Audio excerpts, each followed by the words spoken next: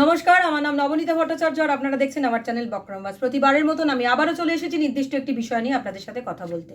আজকে আমার বিভাগের নাম মিসলেনিয়াস। আর আজকে যে বিষয়টা নিয়ে কথা বলবো সেটা হচ্ছে পদপিষ্ট হয়ে যাবার ঘটনায় ভারতবর্ষের অভিজ্ঞতাই প্রথম নয়। 2025-এ আমরা দেখেছি যে পরপর দুটি পদপিষ্ট হওয়ার ঘটনা আমাদের সামনে উঠে আসে এবং আমরা শিহরিত হই। আমার কেমন জানি মনে হচ্ছিল হয়তো 2025-এর যে স্ট্যাম্পেড হওয়ার ঘটনা তা হয়তো আমাদের কাছে প্রথম। সেই কারণে সরকার বা প্রশাসন কেউই ভেবে উঠতে পারেনি যে এরকম ধরনের ঘটনা ঘটতে পারে। সেই কারণেই আমি কিছু সুলুক সন্ধানে যাই এবং আমার হাতে কিছু তথ্য উঠে আসে যা আমি আপনাদের সঙ্গে শেয়ার করব।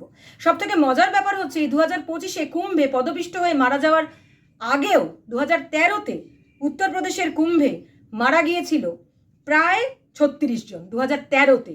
তার মানে কুম্ভে পদপিষ্ট হয়ে মারা যাওয়ার ঘটনা এবছর 2025-এ প্রথম নয়। এর আগেও 2013-তে উত্তরপ্রদেশ সরকার সেটা এক্সপিরিয়েন্স করেছে।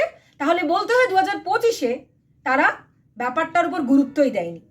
এবার চলে যাই 2024-এ। 2024-এও একটি সৎসাং অনুষ্ঠানে প্রায় উত্তরপ্রদেশে মারা গিয়েছিল 121 জন। আমি এই রেশিওটা বলছি তার কারণ এই সমস্ত ভারতবর্ষে এই যে পদপৃষ্ট হয়ে যাওয়ার ঘটনায় প্রায় সবটাই ঘটেছে ধর্মপ্রাণ মানুষের ওপর, মন্দিরকে কেন্দ্র করে, ধর্মীয় উৎসবকে কেন্দ্র করে।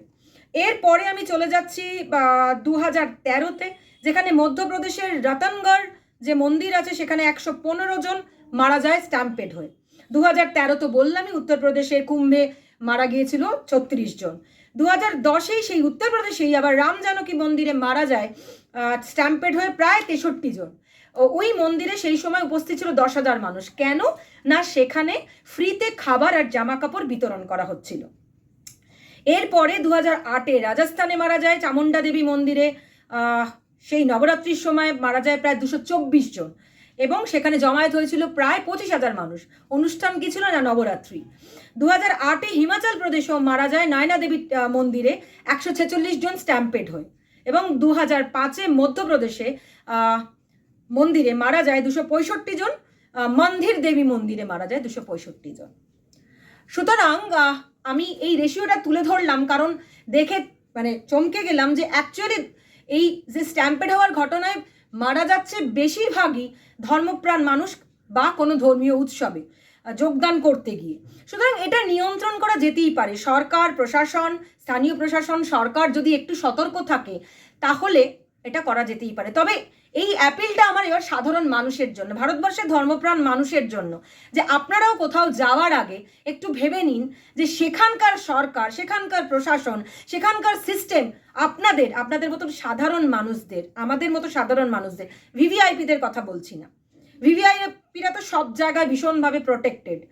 আমি বলছি আমাদের মতন সাধারণ মানুষদের কথা। আমি আমাকেও বলছি, আমি আপনাদেরও বলছি, আপনারা এর পর থেকে এরকম কোনো জায়গায় যেখানে জমায়েতের প্রশ্ন থাকছে সেই সমস্ত জায়গায় যাওয়ার আগে একটু ভাবুন যে সেখানকার প্রশাসন, সেখানকার সরকার, সেখানকার সিস্টেম আমাদের মতো সাধারণ মানুষদের ওয়েলকাম করার জন্য কি ব্যবস্থা রেখেছে। যদি না রাখে সেক্ষেত্রে আপনারা যাবেন কি যাবেন না দ্বিতীয়বার ভাবার প্রশ্ন থেকেই যায়। আমি সাধারণ মানুষের কাছে বারবার অ্যাপিল করছি যে এভাবে একটা স্বাধীন ভারতবর্ষে এতগুলো বছর কেটে যাওয়ার পরও এভাবে মৃত্যু কাম্য হতে পারে না। তাই সরকার, প্রশাসন, সিস্টেম কি করবে আমার জানা নেই, তবে সাধারণ মানুষের কাছে আমার অ্যাপিল যে আপনারাও কোনো জমায়েত, কোনো ধর্মীয় উৎসবে, কোনো মন্দিরে যাওয়ার আগে একবার ভাবুন যে সেখানকার মানুষজন, সেখানকার প্রশাসন, সেখানকার সরকার, সেখানকার সিস্টেম আপনাদের ওয়েলকাম করার জন্য রেডি তো। ভালো থাকবেন, আবার দেখা হবে।